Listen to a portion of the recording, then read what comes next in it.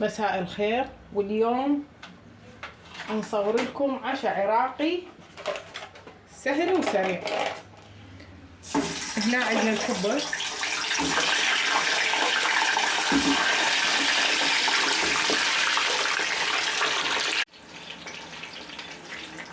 وهسه راح نبدأ نقلي الطماطة.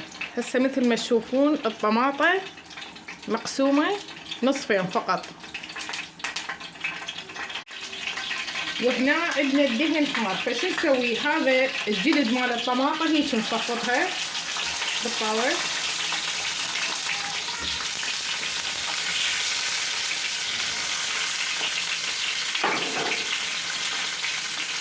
ونحط لها رشة ملح. طبعا الملح انا دائما استخدم الملح الخشن،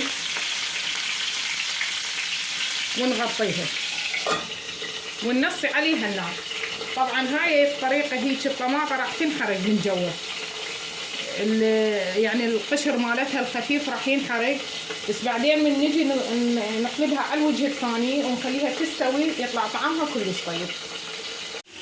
وهنا عندنا شوربة ماش، وطبعا انا منزلتها بالقناة من الالف الى الياء.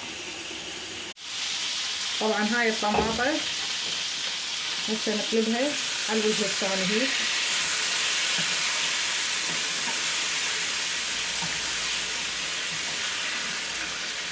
وننصي النار ونرجع نغطيها.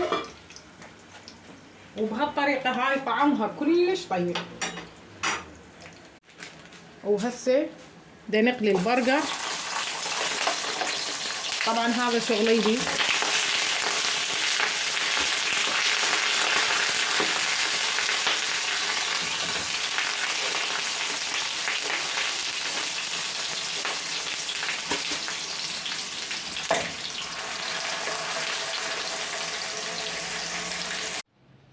وهذا العشاء صار جاهز، وأتمنى ينال إعجابكم.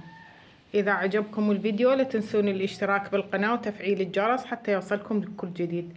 وهاي الطماطة شوفوا منظرها هيك، بس طعمها كلش طيب يطلع.